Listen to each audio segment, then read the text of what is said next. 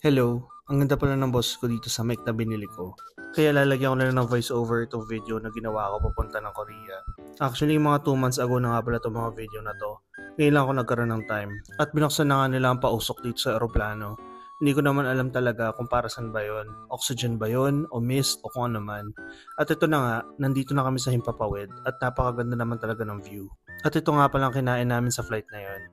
Gabi kami dumating sa Korea at talaga namang napakalamig. Kitang-kita mo na excited na rin ang mga tao na lumabas ng eroplano. Akalain mo hindi lang pala mga Pilipino ang excited lumabas ng eroplano at tatayo na rin agad. 2014 pa pala na huli ako pumunta dito sa Korea.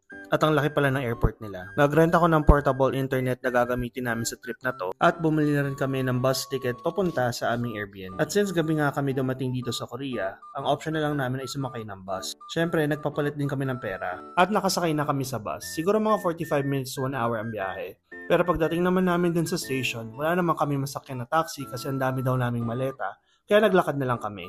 At sa wakas, nakarating na kami sa aming Airbnb. Malapit nga pala ito sa Seokmyung Women's University Station. At meron 3 kwarto ang bahay na ito. Napakabait din naman ng owner ng unit na to dahil ang bilis niya sumagot sa mga tanong namin. At ito nga pala yung preview sa susunod na vlog. At kung saan kami pumunta sa Korea. I-edit ko muna yung mga video at sana naman isipagin ako this time. Hello. Bye. So ito nga pala yung part 2 ng aming Korea trip. At for today's video, napagdesisyonan namin na pumunta sa Gyeongbokgung Palace. Medyo pinaktis ko yun ng mga 5 times. At kung familiar nga kayo sa palace na ito talaga yung pinasikat na puntahan ng mga turista dito sa Seoul. Tinatayang mga nasa 3.3 million na mga bisita ang pumunta dito ng 2022 sabi ng Google. Naabutan din pala namin yung pagpapalit ng mga guard dito sa palasyo na everyday nilang ginagawa except Tuesday. Habang nagpapalitan pala ng mga guard, hindi ka pwede pumunta dun sa gitna at magpayapal. After namin manood sa ceremonies na ito, ay dali-dali kaming pumunta ulit sa loob. Na-realize namin na kailangan mo pala bumili ng ticket. Pero kapag nakasuot ka ng hanbok, ang kanilang traditional wear ay libre pala ito. Kaya tumawid muna kami sa kabilang street para maghanap ng costume. Pero dahil alas 12 na, gutom na kami at kumain muna kami sa malapit na restaurant na kung saan kumain din si Sandara Park. Talagang sikat pala ito. After namin kumain ay pumunta na kami sa hanbok rental shop kung saan pwede ka pumili ng gusto mong costume at design. Aayusin din pala nila yung buhok mo kung anong gusto mong style. Mababait silang lahat dito, huwag ka matakot. Dahil dyan, libre na kaming bumalik sa loob ng palasyo. Talagang kakaiba ang experience na to. Hindi kasi namin ginawa to 10 years ago na magsuot ng hanbok. Pero buti na lang ginawa namin at kita-kita nyo naman, feel na feel ng lahat. Ang dami namin mga pictures na ginawa dito, siguro mga 45,000. At syempre, kailangan talaga namin libutin ang palasyo na to habang umiikot ng paikot-ikot si Nika. Maraming mga photo opportunity ang ginawa namin dito. At syempre, feel na feel ko din naman na paglalakad suot ang aking hanbok para lang iyayain ang mga viewers sa aking finger heart. At ito pa nga, ibang parte ng palasyo na talaga namang napakaganda. Sana ay manood ulit kayo sa part 3. Hello! So ito nga pala yung part 3 ng ating galaan sa Korea. At for today's video, naisipan naman namin na magwaldas ng pera sa Myeongdong. Ang Myeongdong ay tinaguri ang shopping district ng Korea, pero marami ka rin makakain dito. At yan ang pagkakaabalahan natin for today. Napakaraming street food ang pwede mong matry dito at ikaw na nga lang talaga ang susuko. Kasagsagan nga rin pala ito ng tanghulo na sikat during this time sa Pilipinas. At syempre hindi naman tayo magpapahuli na tikman ito. Talaga namang napakasarap ng version nilang tanghulo dito sa Korea. Nakatatlo yata ako nito. At syempre, hindi lang pagkain na mapupuntahan mo rito. Kung ikaw naman ay talagang isang K-pop fan, siguradong matutuwa ka sa mga nakapaligid ng K-pop shops. At mapapasabi na lang talaga na, come on, eat my money. Ibang-iba talaga ang Korean wave na nangyayari ngayon sa buong mundo. At matapos nga dumaan sa K-pop K-Mecca, ay dumiretso na kami sa katabing tindahan ng Dokboki ni Oma. Isa talaga yan sa mga paborito ni Nika. Isa pang dapat mong gawin dito sa Myeongdong ay bumili ng mga skincare at beauty care products at hindi kami nagpahuli dyan. At dahil buong araw naman kami umikot dito sa Myeongdong, napag-isipan namin na magpahinga at kumain na lang ulit dito sa restaurant na to. Grabe, sobrang sarap at legit talaga ang pagkain na to. Marami kaming pinuntahan na mga galaan na naman sa next na video. Kaya abangan nyo ulit. Hello. Bye. Part 4 na pala ng ating galaan sa Korea. And for today's video, tayo naman ay tutungo sa Alpaca World.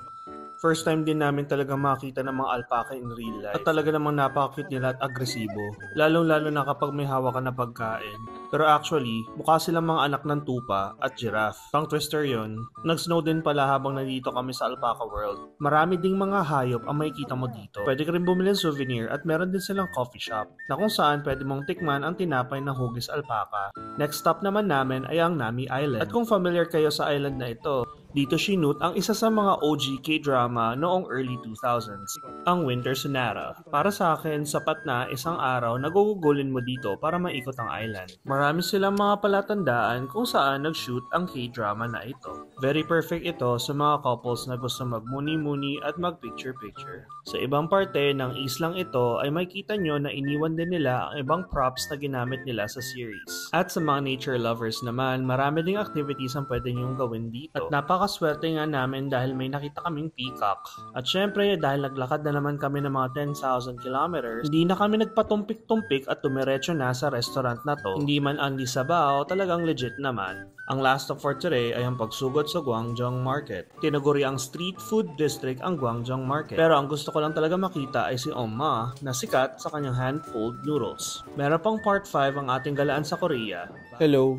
Ito nga pala yung part 5 ng ating galaan sa Korea. Bakit ba kasi ang bilis ng araw pag nasa galaan ka, pero ang bagal naman pag nagtatrabaho ka? Pero masaya kami na nakapunta ulit sa Korea after 10 years dahil baka hindi na naman kami makabalik after a long time. At for today ay gugugulin naman natin ang araw natin dito sa Seoul Tower. Sabi nga nila, dapat talaga puntahan ang Seoul Tower pag nandito sa syudad na ito. Makikita mo ang mga love locks na nilagay ng mga magsing irog na ang iba naman ay talagang kinakalawang nasa tanda. Tulad ng sinabi ko, tayo ay papasok sa Seoul Tower. Pero bago ang lahat, gagawin muna natin ang pinakapaborito natin gawin at yan ay ang kumain.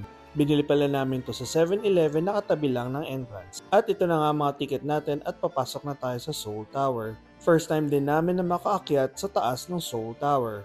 Pero marami na rin kami mga observational deck na napuntahan.